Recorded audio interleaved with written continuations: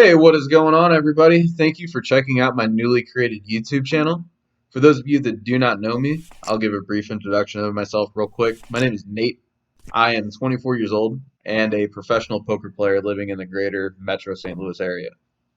I got into poker whenever I was 21, so it's been about 3 years or so now, I would say. Maybe a little more, maybe a little less. Can't exactly remember. But first time I played the game, I absolutely fell in love. Couldn't keep my hands off of it, and I wanted to learn everything and anything about the game. And I've spent a lot of time and energy and dedication of my life to the game to learn how to get better and learn how to keep growing.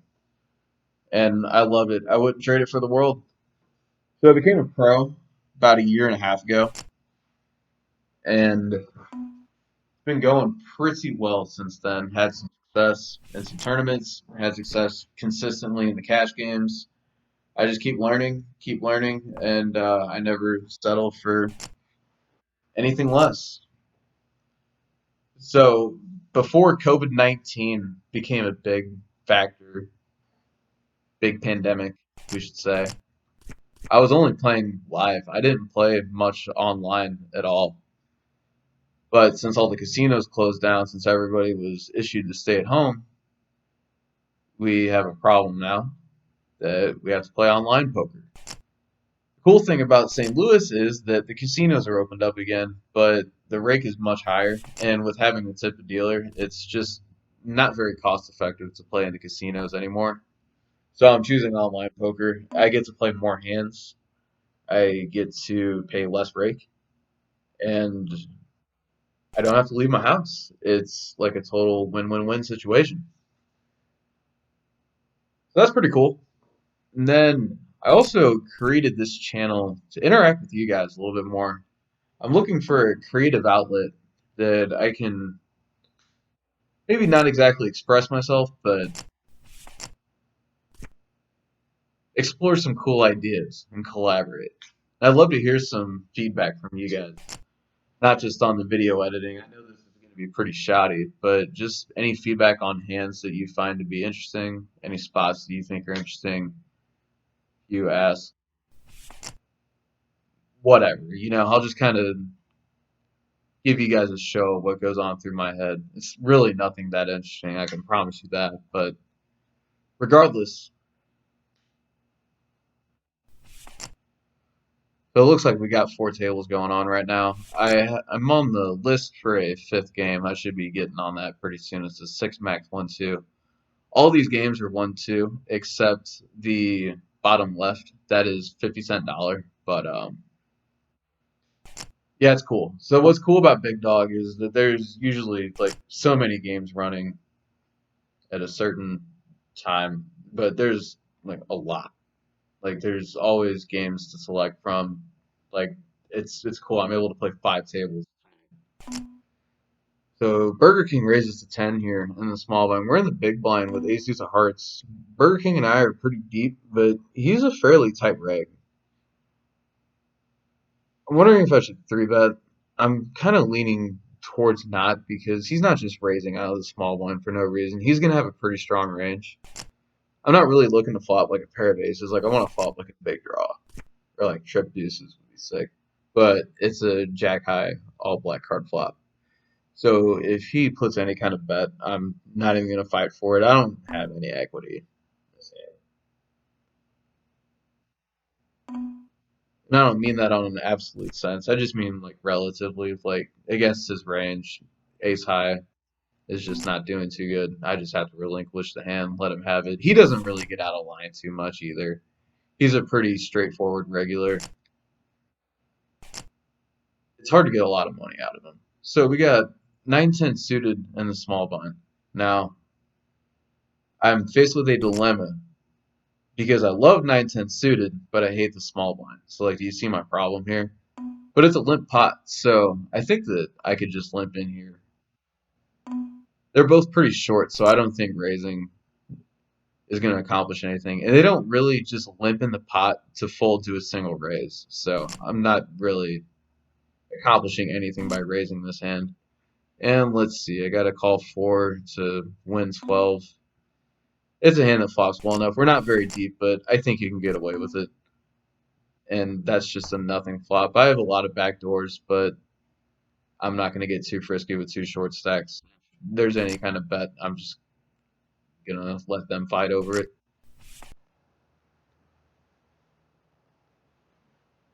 All right, so we have 6-10 suited in the big blind, and I'm going to be pretty honest with you guys. I hate defending my big blind super wide, especially online, and especially against the $10 open.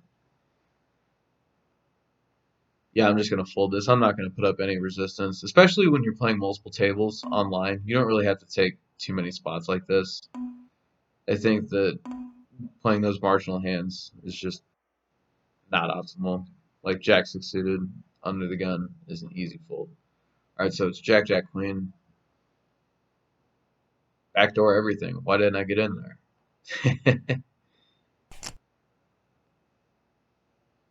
All right, so he decides on a pot size bet, and that's usually pretty damn suspicious. Let me put it to you this way: no one ever like has a super strong hand when they pot the flop and no limit hold'em that I've noticed on this site at least. So Nick is a pretty tight reg, and he flats a pot size bet. So he's gonna have like king queen at the absolute worst here. He's gonna have a lot of traps. I don't even think that he's gonna call a pot size bet with a hand like king ten. So it leads me to believe he's gonna have like a lot of queen X. When he checked the turn, I don't think he has a jack. But I have a funny feeling that Nick probably has the best hand unless this eight somehow helps. I don't know how to say his name. I'm not even gonna try. But anyways, so we have king queen off in the small blind over here, the 50-cent dollar game. So there's a limp and a 4x raise. And I think I like three betting or folding, but he's too shallow, so I think I'm just gonna fold. Wait for a better spot, like I was just saying earlier. So it looks like Nick is gonna bet 24 into 66. He gets called by pocket fives. Nick had ace queenie river top two pair. Wow, that's a pretty big hero call from pocket fives there. All right, so we got a couple hands going on here.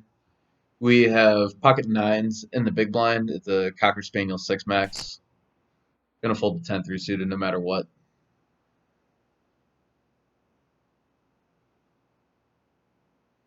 We have King Jack of Diamonds in the small blind at Charlie at the top left corner.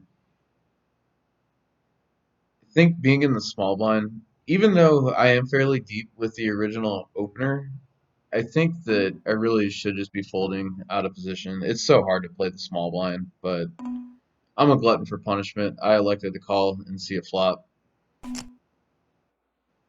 Aaronovich is going to raise it to 8. I like flatting with pocket nines. Like he's not raising the small blind for no reason. He's gonna have like a fairly strong hand. Like I don't really want to get called whenever I have pocket nines because there's not a whole ton of flops I'm in love with. I'd like to set mine with hands like pocket nines. So it's Jack 10-7 with two hearts and Jack in like I really probably shouldn't be folding, but I thought that the barrels just weren't gonna necessarily get any smaller, and I thought that he was gonna have a lot of hands for pretty strong value. So I ended up making a pretty tight fold on that table. And I ended up making a maybe a questionable float, probably not too bad, on the 6 max. Okay, so he checks and we drill a boat. So let's just bet small, target the weaker parts of his range. I assume he's probably just giving up with a hand like ace queen, ace jack, something like that. Maybe he doesn't feel comfortable with pocket tens, pocket jacks. Highly doubtful, but either way, it just looked like he didn't want to fight for it. We won the pot. Not going to complain. Okay, so moving on, we have ace four offsuit in the big blind facing and then raise on flat. Yeah, I'm just gonna dump it. I hate it. I hate ace four offsuit. Like any offsuit ace, they just flop so shitty. And then uptown Greg raised to 6. Early position, I'm gonna show him some respect and fold the queen nine suited. And I decided to limp the Jack 9 suited on Cocker Spaniel. And the reason for that is because the other limper's pretty short. I don't mind playing a pot with a small and big blind who are a little bit deeper. And I think it's okay to play some of your hands in position a little bit more passively. You don't have to be absolutely crazy. So we flopped a massive draw, open-ended straight draw, and a flush draw. I decided to overbet. I think it's fine. And make a nitty fold with queen 10 off because of the short stack. It's tough with those short stacks, man. It takes away a lot of your maneuverability, so it really forces you to play tighter. I'm gonna fold the 8-5 offsuit on Beagle. Fold the 8-10 offsuit. Gonna fold the 9-5 offsuit. Just a bunch of cards that belong in a trash can. It's not my choice. All right, so moving on. On Beagle in the center, we have Ace King in the big blind. Let's take a look at what happens.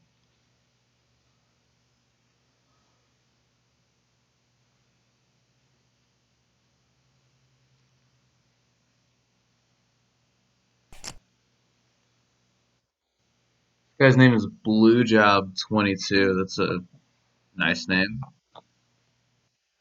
We have the Ace 6 suited at Mary 1 in the 50-cent dollar game.